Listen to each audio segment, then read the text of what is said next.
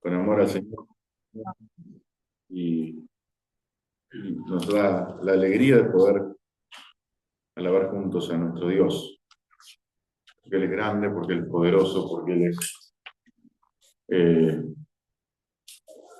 es quien ha hecho todo por nosotros no merecemos nada, y en su bondad, en su misericordia disfrutamos de su gracia, de su regalo inmerecido. Así que gracias chicos también. Y bueno, vamos a continuar, Dios mediante, con el tema de las emociones. Ahora ya va a salir en pantalla. No me acuerdo a partir de qué slide arrancaba dando, perdón. Pero es el que dice parte 3. Así que lo vas a encontrar seguramente. Ahí está, ya está. Ahí está en pantalla. Bien. Seguimos con las reflexiones, la serie de reflexiones sobre nuestras emociones. Breve repaso respecto de cosas que hablamos en su momento. Sí, pues la Biblia nos muestra que somos seres emocionales. ¿Sí? La Biblia nos muestra que no hay tal cosa como las emociones que se opongan a la vida espiritual. Las emociones forman parte de la vida. Dios nos creó con emociones, justamente. Y decíamos que el texto base que tomamos para considerar es el texto de Filipenses capítulo 4, acerca de la paz de Dios que sobrepasa todo entendimiento. Dice Pablo escribiendo a los Filipenses: por nada estén ansiosos, sean conocidos sus peticiones delante de Dios, en toda oración y ruego, con acción de gracia, y la paz de Dios, que sobrepasa todo entendimiento, guardará sus corazones y sus pensamientos en Cristo Jesús.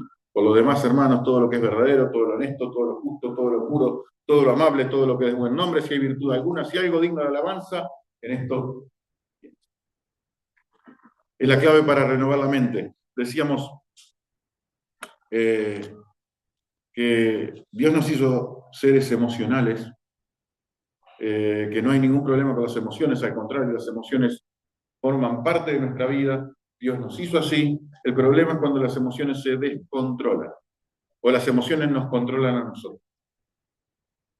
Eh, entonces a veces se habla, hay un montón de términos, y capaz que buscan y van a encontrar un montón de cosas, ¿no? Que hay que gestionar las emociones, manejarlas, eh, educarlas, bueno, un montón de cuestiones que se hablan hoy en día, que no están necesariamente mal, pero que en realidad la Biblia nos muestra que lo que necesitamos es justamente renovar la mente, renovar la forma de pensar. Eso dice el versículo 8. Y a partir de esa renovación en la forma de pensar, es que nuestras emociones van a poder ser sanas y van a poder estar justamente bajo el control de aquel que las creó, de aquel que creó las emociones. El problema no es justamente dejarnos guiar por las emociones o que las emociones nos controlen a nosotros. Tampoco eh, es bueno o es saludable reprimir las emociones. Lo que tenemos que aprender es justamente a que las emociones estén bajo el control de Dios por medio de la renovación de la mente. Y acá justamente el texto del versículo 8 lo hemos analizado 2 reuniones atrás, o lo hemos examinado por arriba, pero lo hemos examinado. Nos muestra la clave para renovar nuestra mente. Esto, como decíamos, esto es bastante básico, ¿no? Si ustedes empiezan a investigar van a encontrar clasificación sobre emociones un montón. Esto es bien abarcativo, bien básico, van a encontrar algunos que hasta clasifican con 21 emociones.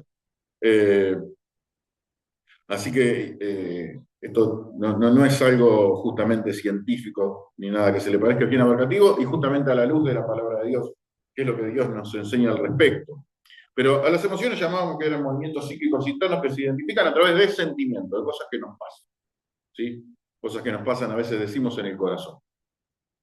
Y no solo en el corazón, a la luz de la Biblia también vimos a través de la panza, ¿sí? Las entrañas.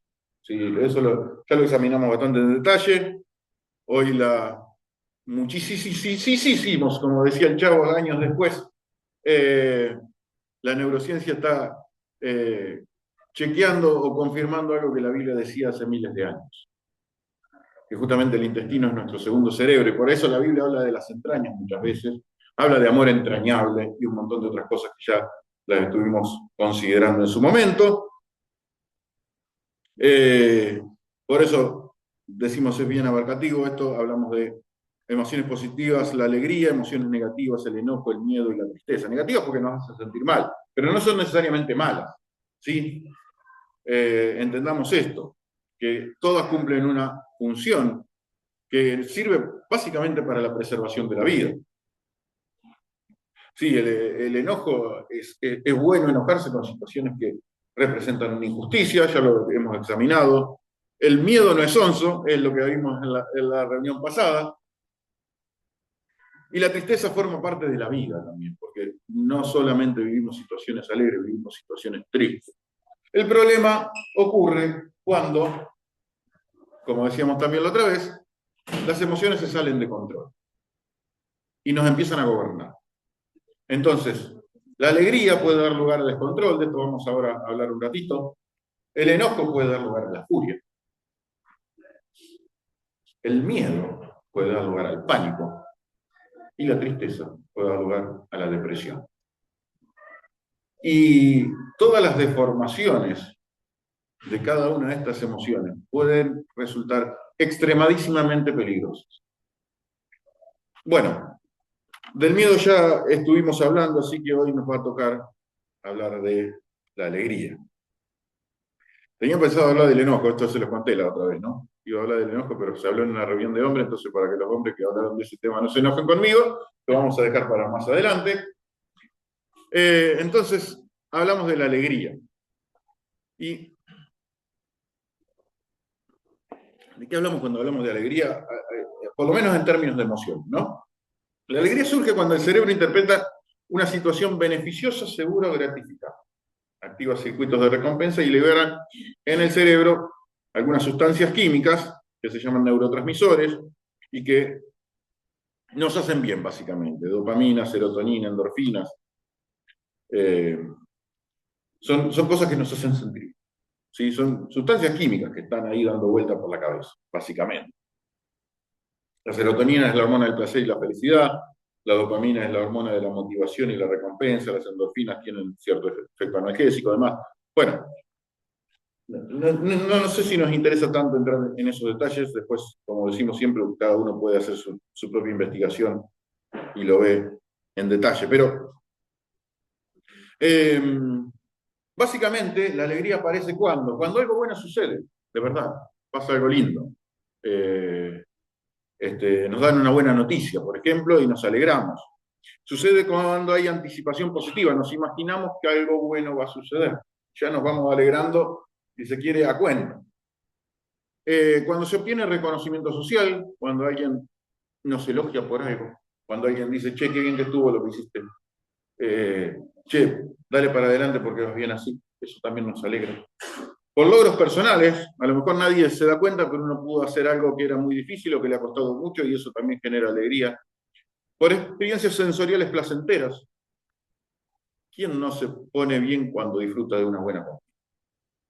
Díganme, por ejemplo. Y por un sentido de conexión. Cuando hablamos de sentido de conexión hablamos de cuestiones que pueden ser espirituales, que pueden llegar a lo más profundo, cuestiones que tienen que ver con el amor, cuestiones que tienen que ver con lo afectivo y con lo que verdaderamente a veces decimos le da sentido a la vida, ¿no? Pero bueno, esas son todo aquello que nos produce alegría. Ustedes saben que cuando alguien está alegre empiezan a pasar cosas a nivel corporal. Hay quienes esto lo han estudiado y lo han estudiado en detalle. Dice que, por ejemplo, el pecho se expande, la sonrisa se vuelve espontánea, empezamos a reír, o alguien escucha un chiste, el remate es medio repentino, pega y nos reímos. Aumenta la energía, amplía la respiración y nos da deseo, la alegría de interactuar con otros. Algo que llamativamente en los últimos años se ha investigado, y estudios, acá tengo anotados algunos, de 2001, 2011, 2015, se ha comprobado algo llamativo, que las personas alegres viven más, que la alegría hace bien a la salud. Eh, por ejemplo, bueno, acá hay varios estudios y demás, que mejora la calidad de vida, que mejora la salud física, decimos. ¿Y por qué la alegría protege la salud? Por ejemplo, la alegría reduce el cortisol, que es la hormona del estrés y que hace daño, es una hormona que hace daño al sistema inmune y al sistema cardiovascular. Entonces, a menor cortisol, mejor salud. La alegría hace que el cortisol se reduzca. Mejora el sistema inmunológico porque aumentan algunos anticuerpos en el organismo. Genera menor inflamación, ¿sí? La inflamación sistémica predice envejecimiento y enfermedad y la alegría reduce esos efectos. Mejora la regulación de ciertos sistemas, por ejemplo, la variabilidad cardíaca. Y generalmente también se da, esto por ahí es algún efecto colateral, pero se da que las personas que suelen ser más alegres tienen conductas más saludables. Y viceversa muchas veces. Porque las personas más alegres duermen mejor, comen mejor, se mueven más, tienen más actividad, tienen mejores vínculos y se recuperan más rápido de las enfermedades. Ahora, llamativamente, esto, ya les digo, son estudios de un tal Friedrichson, 2001-2003, Snowdon, 2001, Guinness y Chan, 2011, la Universidad de Londres, perdón, Steptoe era un hombre de 2015, bueno, diferentes estudios de distintas otras universidades y otros estudios más. Pero esto lo han descubierto del 2000 para acá. Vamos a darnos una idea. Fíjense lo que decía la Biblia. Este texto no lo tengo anotado acá en la presentación, lo debería haber puesto. Pero si ustedes buscan en el libro de Proverbios, por ejemplo, va a haber por lo menos dos textos interesantísimos. Capaz que hay, seguro que hay unos cuantos más que tienen la misma idea, pero estos son bien explícitos. Proverbios 15:13, el sabio Salomón decía, fíjense lo que decía en Proverbios 15:13. El corazón alegre hermosea el rostro, mas por el dolor del corazón el espíritu se abate. El corazón alegre hermosea el rostro. ¿Vieron cuando se da a la inversa? Y uno dice, bueno, este tiene cara de alpargata 45, y a veces hay algunas caras que te transmiten pesadumbre, y que a veces ya solo con mirar una cara uno se deprime y se pone triste. Bueno, se da al revés, el corazón alegre hermosea el rostro. No se necesita tener un rostro privilegiado como el mío para poder disfrutar de que se pueda hermosear el rostro, ni físico privilegiado como el de un servidor. Sí, díganse, sí, porque bueno, otra cosa.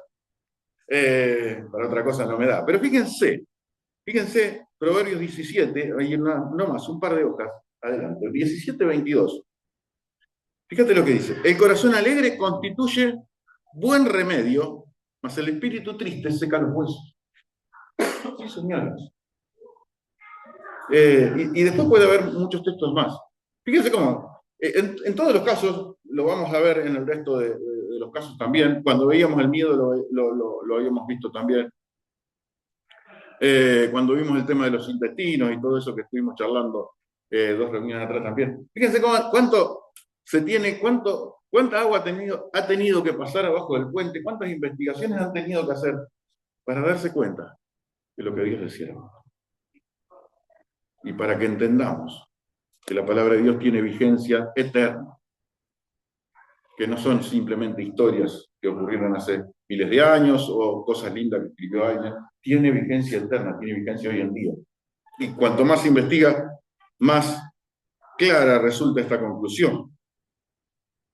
Ahora bien, a la luz de la Biblia podemos hablar, y se ha hecho ciertas discusiones, también está escrito, si hay una diferencia entre cuando la Biblia habla de gozo y la Biblia habla de alegría. Los términos muchas veces se intercambian, esa es la realidad. Pero sí es cierto que hay un cierto gozo o alegría que tiene un origen en cuestiones espirituales y otras que son puramente emocionales. Y esto cuando hablamos puramente emocional no es algo que esté mal, no necesariamente, para nada. Solamente puede estar mal en determinadas situaciones que después vamos a comentar. Pero que no tenga un origen espiritual no significa que esté mal. ¿Cuál es la realidad? Miren, a ver, pasa, no pasa. Ahí está. Y ponemos muy poquitos ejemplos, porque acá podemos llegar a encontrar montones a la luz de la Biblia. Fíjense, por ejemplo, Proverbios 5:18 dice, sea bendito tu manantial, acá están los textos ahí puestos, si quieren lo pueden ver de ahí directamente. Sea bendito tu manantial y alégrate con la mujer de tu juventud. Fíjense, cuando habla el texto bíblico, habla de cuestiones que permiten traer alegría verdadera al corazón y que tienen que ver con placeres de la vida, con placeres normales.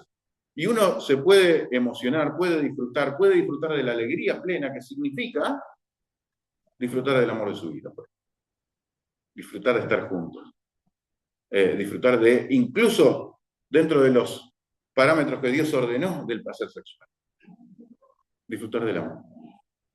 O disfrutar de una buena comida, o disfrutar de lo que significó el fruto del esfuerzo quizás de mucho tiempo. Fíjate que lo que dice Eclesiastés capítulo 2, en el versículo 24, no hay cosa mejor que el hombre, sino que come y beba y que su alma se alegre en su trabajo. También he visto que esto es de la mano de Dios. Es algo que viene de la mano de Dios. Es algo que Dios permite, que no está mal, que lo disfrutemos, que nos alegremos. Ahora bien, hay cuestiones de alegría aún más profundas que estas. Ya decimos, para nada esté mal disfrutar de una buena comida, de una buena bebida, de buena compañía, o del placer que te puedas imaginar bajo el orden que Dios ha previsto para los seres humanos. Pero hay alegrías aún más profundas, como por ejemplo cuando dice el Señor Jesús, cuenta tres parábolas, ¿sí? La oveja perdida, la moneda perdida, el hijo pródigo. Y el final de dos de ellas les digo que hay gozo delante de los ángeles de Dios por un pecador que se arrepiente. Claro, hay cuestiones, y esto después lo pueden ver en mucho más detalle, hay cuestiones que exceden las alegrías temporales, que, como decimos, no están para nada mal, que Dios las ha puesto para que también las disfrutemos, para que también eh, este, podamos ser bendecidos por los placeres que él creó dentro de los parámetros que Él definió, pero, claro, hay cuestiones que son más críticas, que son más profundas y que tienen que ver con la eterna.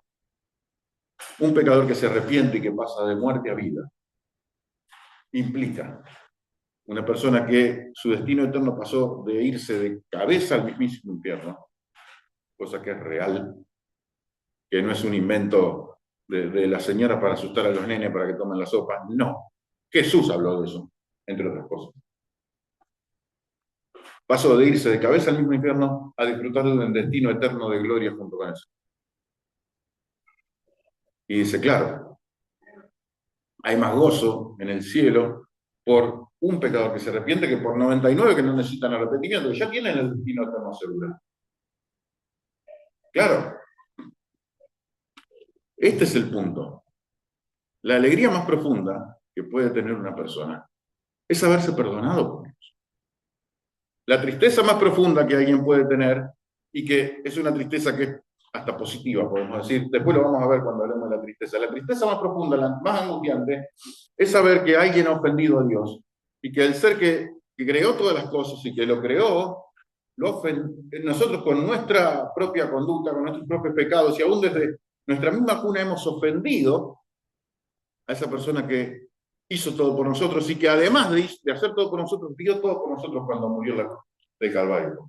Entonces eso genera indudablemente una sensación de tristeza que es buena, que es positiva, porque da lugar a que alguien se arrepienta, a un pecador que se arrepiente y empieza a vivir una nueva vida junto con Cristo si pone su fe y su confianza en Jesucristo como su Salvador, que entiende que la sangre que Jesús tuvo que derramar en la cruz no fue por una causa noble, sino que fue justamente el precio de todos y cada uno de sus pecados, de todos y cada uno de mis pecados. Ese es el mensaje central de la Biblia y del Evangelio.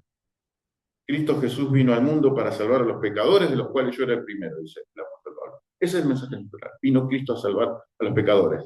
Y esa es la alegría más profunda que puedes llegar a tener. Que Cristo te salve, te transforme y te cambie y te haga una nueva criatura. De modo que si alguno está en Cristo, una nueva criatura es decir, las cosas viejas pasaron y ahora son todas hechas nuevas. La alegría emocional no está mal, pero la alegría espiritual es lo que te puede dar un verdadero sentido a la vida. El Salmo 119 también hablaba de esto, ¿no?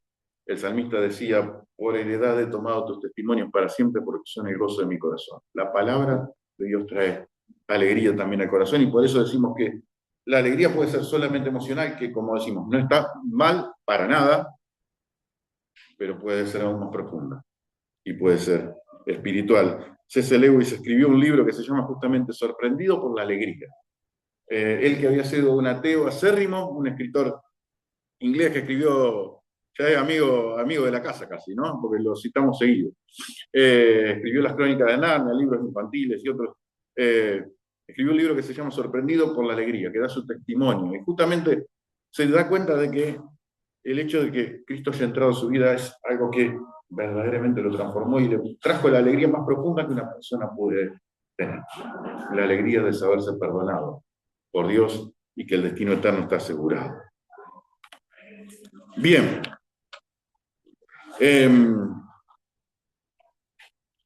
Algunos puntos interesantes respecto de estas dos columnitas que hemos puesto ahí, o si se quiere, cuando hablamos de alegría solamente emocional o de alegría que es espiritual y emocional también. Por supuesto que cuando hablamos del ejemplo de Jesús, vamos a ver varias veces, unas cuantas veces, digamos, que, claro, hay cuestiones espirituales que a Jesús le traen enorme alegría durante sus pasos por acá por la tierra, ¿no? De hecho, dice que el libro de Hebreos cuenta que Jesús pudo ser capaz de soportar todo lo que soportó y de enfrentar la cruz y los golpes y los escupitajos y todo el dolor físico tan tremendo y el peso espiritual terrible que significaba morir por pecados ajenos. Y lo pudo soportar por el gozo puesto delante de él. Porque había una alegría que era posterior, que era ulterior, que superaba aún todos los terribles dolores y las terribles angustias que tuvo que sufrir en la tierra. ¿Por qué? Por el gozo puesto delante de él. Hebreos 12:2 dice eso, ¿no? Por ejemplo, podés fijarte cuando Jesús entra, tiene la entrada triunfal en Jerusalén una semana antes de morir la cruz. Claro, venía reprensiones de parte de los fariseos y de los saduceos y gente que veía el desorden que se había generado a causa de la aclamación de que Jesús estaba llegando, claro, con muchas confusiones, ¿no? Porque creían que iba a ser un rey y demás. Obviamente que no tenían nada claro las personas que lo recibían de esa manera, pero alababan a Dios y glorificaban el nombre de Dios y se alegraban enormemente por la llegada de Jesús a Jerusalén, y esa alegría viene de la reprensión y dice, bueno, a ver, Jesús, ponle un poquito de límite a esto porque se nos está descontrolando. No, pará. Porque si ellos no hablan, las piedras. Él valida la alegría que tenía la gente, que era una alegría espiritual por tener a su Salvador allí. Si no hablan estos, si no glorifican mi nombre, si no lo hacen estas personas, lo van a hacer las piedras. Claro, en cuanto a la alegría espiritual de Jesús, pues se puede hablar mucho, lo vas a encontrar en un montón de textos, pero vas a encontrar también que Jesús se alegró en situaciones cotidianas. En situaciones que podemos decir son situaciones de alegría solamente emocional también, sí. Él se alegró con una pareja que contraía matrimonio en la boda de Caná. Él tenía un carácter afable y atractivo para los niños. Los niños no siguen a nadie con carácter adulto. Y se acuerdan cuando le traían a los niños para que lo bendiga, los niños se acercaban a él. Y claro, él le estaba dando enseñanzas sobre el divorcio, por ejemplo, tema que era medio complejo, que sigue siendo complejo hoy también. y temas y bueno, y todos querían escuchar las enseñanzas profundas y temas elevados, y vienen los nenes y este, le cortan la inspiración, parece, porque estaba hablando de cosas que eran muy profundas, muy interesantes para la gente que quería escuchar, para la gente grande, obviamente, y no, pará los pibes, le decían los discípulos. Pará los pibes, porque estás hablando de cosas importantes, ¿qué tienen que estar molestando acá? Justamente lo que Jesús manifiesta es otra cosa diferente. Dice que Jesús se enojó cuando los quería sacar a los pibes. Los niños lo seguían, él tenía un carácter afable, atractivo. Él disfrutaba mucho de la amistad de María, Marta, de Lázaro, allí en Betania, y era un lugar donde paraba seguido, donde se sentía bien, donde disfrutaba. Él participaba en muchas reuniones, de hecho lo acusaban, la acusación que le hacían los religiosos del tiempo era, este es comilón y bebedor de vino. ¿Sí? Era una acusación que él tenía. De modo tal que también Jesús se alegró enormemente en cuestiones que son de la vida cotidiana y por eso decimos tranquilamente, no son cuestiones que estén mal, sino al contrario, son cuestiones que Dios preparó también para que podamos disfrutar. El libro de Salmos, por ejemplo, trae llamados a alegrarse por lo menos en 82 ocasiones. En cuestiones de alegría que son espirituales, muchas veces la mayoría, pero también en cuestiones no. Ahora bien, hemos hablado de la alegría, de lo que incluso están estudiando hoy por hoy, de lo que han descubierto cosas que la Biblia hablaba hace miles de años, hemos hablado de la alegría de Jesús y demás, pero ¿en dónde tenemos que poner el ojo? ¿En dónde tenemos que tener cuidado? Ojo al piojo, porque hay algunas cosas que, como en todo, ¿no? Eh, que como en todas las emociones que hablamos, en todos los casos tenemos que tener ciertos puntos. ¿Y en qué? Mira, a ver si pasa, ahí pasó. Hay ciertos límites que hay que tener y hay que prestar atención. ¿Por qué? Bueno, en primer lugar, y lo vamos a ver a través de un ejemplo muy simple que también la Biblia muestra. La alegría puede llegar cuando se descontrola y cuando nos alegramos de una manera en que la emoción misma toma control de nosotros mismos, puede llevar a los excesos. De hecho, justamente gran parte de las personas que sufren de adicciones, gran parte, y casi podríamos decir, no sé si la mayoría, pero sí podemos decir que muchas personas que sufren y padecen de adicciones tienen que ver originalmente, o tiene su origen, en que no pudieron ser capaces de poner bajo control momentos alegres y lindos que estaban disfrutando y que a lo mejor al principio no tenían nada de malo y que después se descachiló por completo. Fíjate un solo caso. El vino es escarnecedor y la sidra alborotadora. Cualquiera que por ello yerra no es sabio. Vos sabés que, acá no pusimos este texto, pero te voy a leer un texto del Salmo 104, que en el versículo 15 dice, si se quiere el versículo 14, hablando de Dios, Él hace producir el heno para las bestias, la hierba para el servicio del hombre, sacando el pan de la tierra, y el vino que alegra el corazón del hombre. El aceite que hace brillar el rostro y el pan que sustenta la vida del hombre. O sea, el vino alegra el corazón y no tiene nada de malo. Acá hay grandes expertos en vino que no me voy a poner justamente a disertar sobre eso porque tenemos algunos que nos podrían disertar por largas horas, si se quiere, sobre este tema. Pero sí, el vino alegra el corazón y es un regalo de Dios también. Pero cuando nos pasamos de rosca, el vino es escarnecedor, la sidra es alborotadora, y hay un montón de otros textos que hablan al respecto. Y dice, cualquiera que yerra, por ellos no es. Ahí está.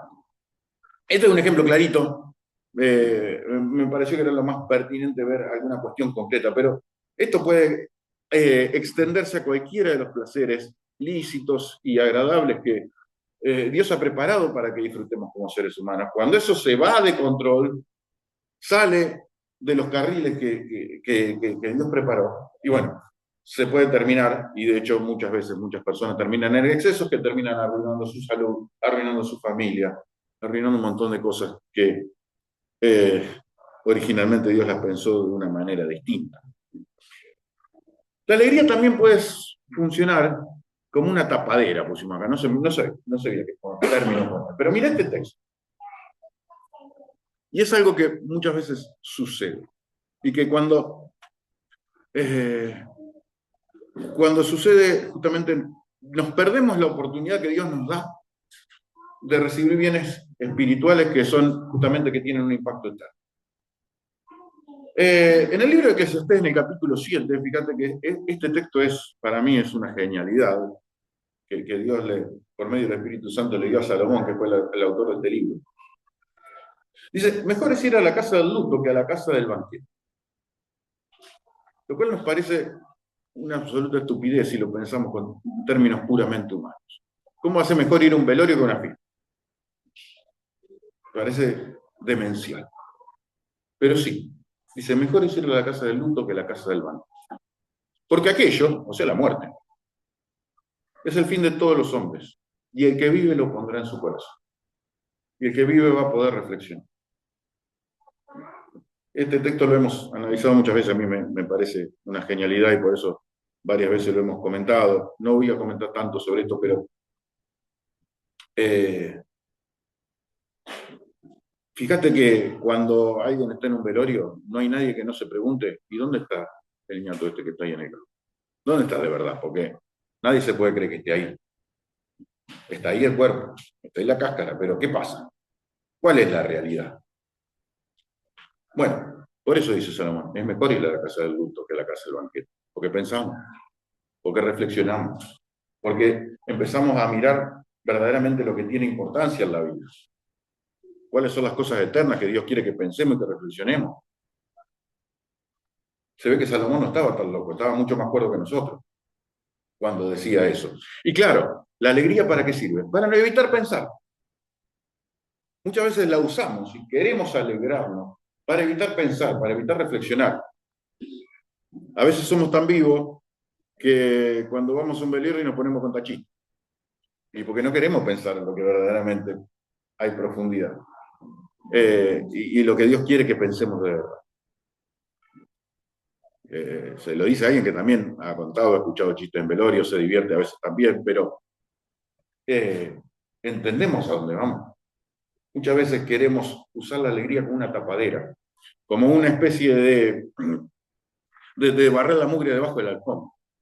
Porque tenemos cosas importantes que pensar que no queremos pensar. Y que nos queremos alegrar para evitar justamente las cosas que son profundas y son verdaderas y que necesitamos justamente reflexionar, meditar, muchas veces arrepentirnos delante de Dios de cosas que necesitamos arrepentirnos y demás. Y lo tercero también a tener en cuenta es también algo que dice Salomón en el libro de Eclesiastés, en el capítulo 2. Capítulo 2 que es el libro, en realidad, del libro de Eclesiastés hay que leerlo entero y llegar al final y te vas a dar cuenta cuál es la conclusión del autor. De esto hemos hablado varias veces, no vamos a entrar demasiado en detalle, pero vos fíjate que Salomón quiso buscar, y es alguien que tuvo todas las herramientas en la mano, y no le faltó absolutamente nada para buscar cuál era el verdadero sentido que tenía la vida, y lo buscó de miles de maneras y no lo pudo conseguir de ninguna. Y en el capítulo 2, dice Salomón, un versículo antes del que está puesto ahí, dije yo en mi corazón, ven, alborótate. Perdón, ven, se nota que no tengo los anteojos, parezco el chavo cuando lee la cosa de Don Ramón. Ven, ahora te probaré con alegría y gozarás de bien. Mas he aquí, esto también era vanidad. A la risa dije, ¿en lo que es? Y al placer, ¿de qué sirve? La expresión vanidad en el libro de Eclesiastés, te lo comento rapidito, significa algo vacío, que es un aliento, un vapor, un viento, algo que es insustancial.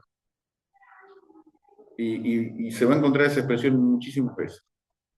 De hecho, él comienza con una declaración sumamente pesimista, si uno lo mira y la mira aisladamente, y va a decir, vanidad de vanidad es todo de vanidad.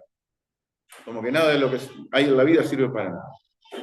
Claro, después hay que ver todo el desarrollo que él hace y cómo llega al final. para darse cuenta que no todo es vanidad. Que la obra que Dios pensó desde los principios de los tiempos, o desde antes de los principios de los tiempos, no es para nada vana, no es para nada vacía, es algo sumamente sustancial. Pero, más allá de eso, él probó con muchas cosas y la conclusión siempre era la misma: esto era vanidad. Y cuando buscamos la alegría por la alegría en sí misma solamente, y para estar contento y nada más, es algo que hoy que ustedes lo pueden conocer con una expresión que se llama hedonismo, que significa la búsqueda del placer por el placer mismo. El hedonismo finalmente termina siendo vanidad. Vos pensás que el corazón se te va a llenar y no se llena con nada.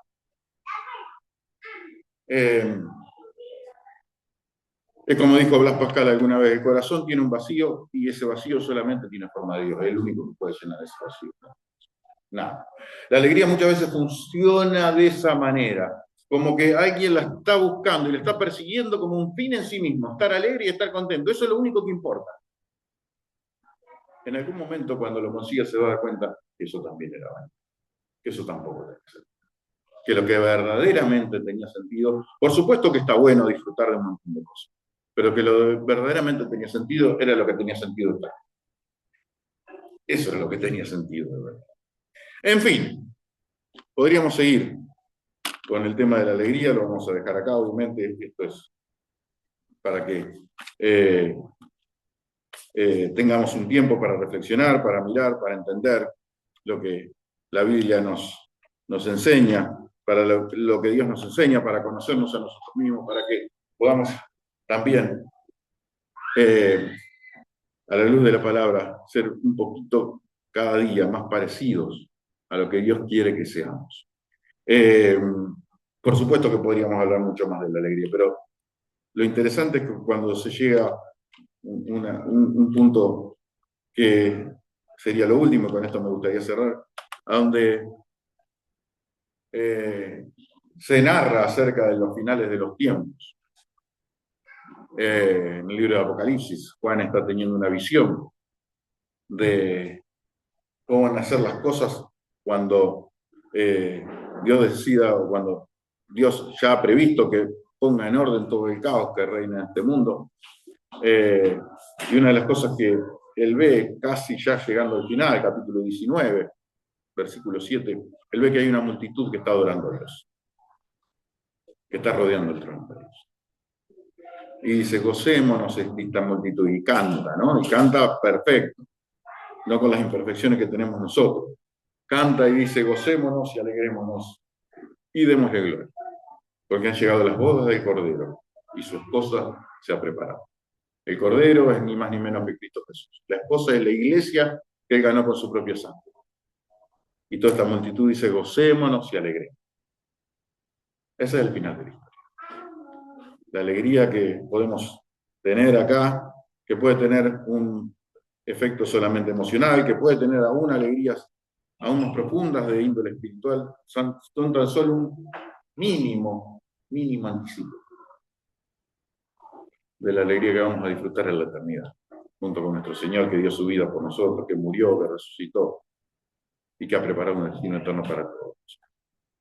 Este es el tiempo, ¿sí?, para disfrutar de lo que Dios ha preparado, para entender que eso no es el todo de la vida, que al contrario, que son momentos y tiempos que el Señor nos regala muchas veces, pero que lo verdaderamente central e importante está lo eterno.